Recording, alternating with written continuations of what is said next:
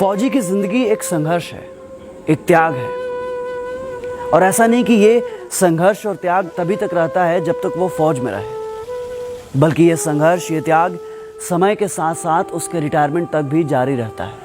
हम बात कर रहे हैं उन रिटायर्ड फौजियों के बारे में जिन्हें सरहद पर एडजस्ट करने के बाद समाज में एडजस्ट करना एक जंग जैसा ही है, जिन्हें समाज शाबाशी तो देता है लेकिन साथ नहीं देता।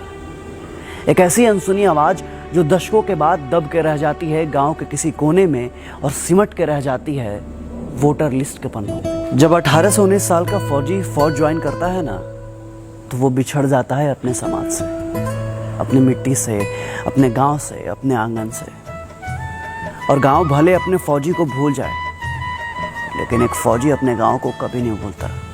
साल के हर 30 त्योहार याद दिलाते हैं कि फौजियों के भी होली और दिवाली आता है, लेकिन वो समय के साथ सब छोड़ देता है। होली, दशहरा, दिवाली, वो छोड़ देता है अपना समाज, अपनी जवानी, अपना बचपन, अपने सपने, और उन्हीं सपनों और अपनों के बीच छोड़ देता है एक आम जीवन, क्योंकि उनके रगों में खून नहीं देशभक्ति दौड़ती है। लेकिन वही 40 साल का फौजी जब रिटायर होकर वापस घर आता है तो वो दुनिया से कट चुका होता है। वो सोशली कट ऑफ हो जाता है समाज से। वो समझ ही नहीं पाता सर्विस और रिटायर के बीच के गैप को। वो पाटने की कोशिश करता है इस खाई को। वो जोड़ना चाहता है दिल और दिमाग को। वो फिर से पुराने लम्हों को जीना चाहता है। वो सींचना चाहता है अपने खून और पसीने से अपनी मिट्टी और खेत को। लेकिन ये समाज, ये दुनिया उसके जज्बातों का मजाक बनाती है। उसके भावनाओं को पागलपन करार दिया जाता है। लेकिन एक फौजी फौजी होता है। उसको खुद पे भरोसा होता है। उसे पता होता है कि वो जो कर रहा है सही है।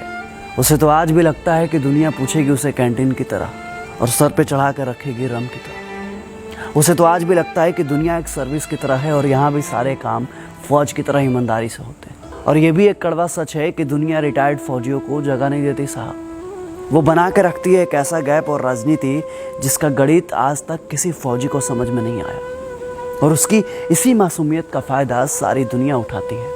पता है, जब दुनिया सो रही होती है नींद की आगोश में, तो वो तड़के सुबह उठ जाता है गाय भैंस को चारा डालने के लिए और निकल जाता है दूर कहीं गांव में टहलने के लिए।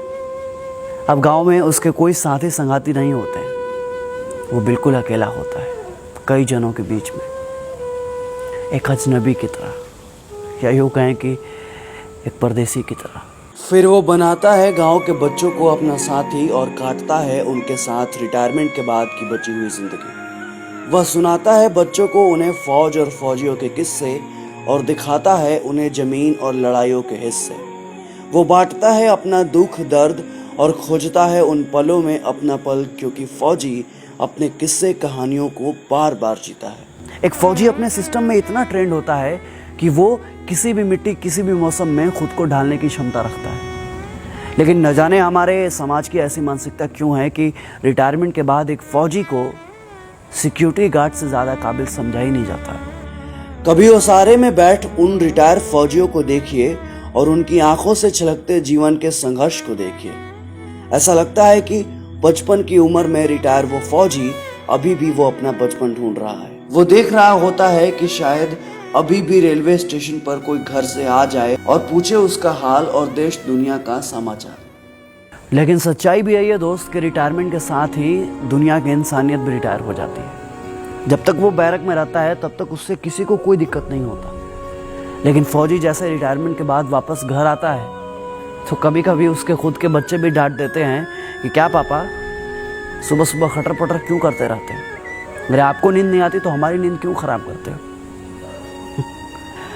अब उन्हें कौन समझाए कि तुम्हें अच्छी नींद आ जाए, इसी चक्कर में मेरी आती हुई नींद भी चली जाती है। फिर मैं इस कोशिश में कामयाब हो जाता हूँ कि तुम्हें मेरी परेशानियों का एहसास नहीं है। आवाज़ कड़क हो इसका मतलब ये नहीं है कि दिल मोम का नहीं हो। पर यह ज़माना कैसे समझ पाएगा कि फौजी की सुबह की खटर पटर में फौजी अपने फौज की ज़िंदगी की खनक को ढूंढना चाहता है। एक फौजी के नौकरी के शुरुआती समय लड़खड़ाते घर को संभालने में ही चला जाता है और बाकी रिटायरमेंट के बाद की जिंदगी के उतार चढ़ाव से निपटने के लिए उसे आधा मिलने वाले पेंशन के आधे में ही अपना जीवन सरवाइव करना पड़ता है। बाहुबलियों के जोर जबरदस्ती और कोर्ट कचहरी के चक्कर लगाते उन फौजियों की कहानियां ये चीख चीख कर कहती है कि सादगी और ईमानदारी के नाम पर फौजियों के साथ कितना छल हुआ है। अनुशासन में स्थिर रहने वाले फौजी जब घर आते हैं तो वो शायद ये भूल जाते हैं कि जमाने की रफ्तार में लोगों की टेंडेंसी में कितना बदलाव आ गया है, और इसलिए परेड में लेफ्ट राइट करने वाले फौजी भाई लोग किसी भी गलत चीज़ के साथ लेफ्ट राइट नहीं कर पाते, और शायद इसलिए समाज उन्हें पागल कहता है।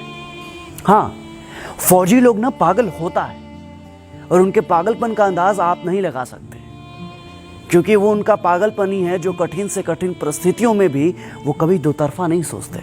और ये पागलपन और जुनून चाहिए एक फौजी को, क्योंकि सियाचिन, द्रास और कार्निक जैसे जगहों पर आम इंसान नहीं बल्कि एक जुनूनी फौजी ही सरवाइव कर पाता है। लोग कहते हैं कि फौजियों का दिमाग घुटने में होता है। हाँ, आप सही सुन रहे हैं, फौजियों का दिमाग ना घुटने में ही होता है, क्योंकि तभी तो फौजी दुश्मनों के सामने घुटने नहीं टेकते। और एक बात और, ज़्यादा दिमाग वाले लोग ना सिर्फ मच्छरदानी ही संभाल सकते हैं, दुश्मन का मोर्चा नहीं। फौजियों के पास दिमाग नहीं होता, तभी तो वो -30 डिग्री सेल्सियस पर भी प्लस माइनस नहीं सोचते। एसी में रहकर जैसलमेर की गर्मी आप नहीं समझ पाएंगे साहब, और आप दिमाग की बात करते हैं। फौजी की जिंदगी में अनुशासन, ईमानदारी और अपने खून पसीने की कमाई का आत्मसम्मान उसके अंदर कूट कूट कर भरा होता है। उसकी पाई पाई में सियाचिन की सर्दी और जैसलमेर की गर्मी का कतरा कतरा मौजूद होता है। सर्विस से डिस्चार्ज होने के बाद जब वो अपने पैसे को सही समय और सही जगह पर खर्च करता है तो लोग उसे कंजूस कहकर उसके पसीने का मजाक उड़ाते हैं। जब वो किसी ऑफिस में घुसकर बाबू लोगों से घूस लेने का विरोध करता है तो लोग उसे बेवकूफ समझते हैं, लेकिन लोग जब अपने गिरेबान में झांक कर देखेंगे ना, तब उन्हें मालूम चलेगा कि असल में बेवकूफ कौन है। और अंत में जब मैं सोचता हूं कि वो जो अपनी जवानी कुर्बान करता है, जो तपस्या और त्याग करता है, आखिरकार उसे मिलता क्या है? बस थोड़ा सा रिस्पेक्ट और थोड़ी सी पेंशन, जिसे पाने के लिए वो बैंक के लाइन में घंटों खड़ा होता है सोच बुध खोकर। वो एक सर्विसमैन का कोटा, वो कैंटीन की बातें जहां वो 4 पैसे बचाने के लिए पूरे दिन एक पैर पर खड़ा होता है। वो ट्रेन के दरवाजे के बगल में खड़ा वेटिंग लिस्ट वाला फौजी, जिसका फोटो जनता तो खूब शेयर करती है, लेकिन कोई उसके साथ सीट शेयर नहीं करता। कहते हैं ना दोस्त कि जिंदगी को कम समय में जीना हो तो फौजी बनिए, क्योंकि देश के लिए दीवानापन दिल से फौजी बनने के बाद ही आता है। बातें तो खूब होती है 15 अगस्त और 26 जनवरी के दिन। लोगों में देशभक्ति का ज्वार उठता है जो कुछ ही दिन बाद भाटा की तरह शांत हो जाता है। समाज में फौजी होना एक गर्व का विषय है, पर खुद के लिए क्या, ये फौजी अंत तक नहीं समझ पाता। फौजी ना सब समझने की कोशिश करते हैं, लेकिन ये समाज उनको कब समझेगा? कब समझेंगे लोग उनकी भावनाओं को, उनके जज्बातों को, उनके द्वारा किए गए उनके जीवन में त्याग और तपस्या को? कब समझेंगे उनकी मेहनत को, उनकी ईमानदारी को? क्या उसकी कारगिल और कुपवाड़ा की कहानियां सिर्फ कहानियां बनकर रह जाएंगी? एक फौजी के लिए फौज और जिंदगी दोनों एक ही बात है। फिर समाज के लिए फौज और फौजी दो अलग अलग हैं, ऐसा क्यों? क्या समाज में फौजी की शून्यता है, या फिर फौजी समाज का हिस्सा ही नहीं है? फिर क्यों समाज में रिटायर्ड फौजियों के लिए जज्बातों की शून्यता है? ये सारे सवाल समाज से हैं, और सनद रहें, समाज का हिस्सा आप भी हैं। सोचिएगा जरूर। जय हिंद, जय भारत।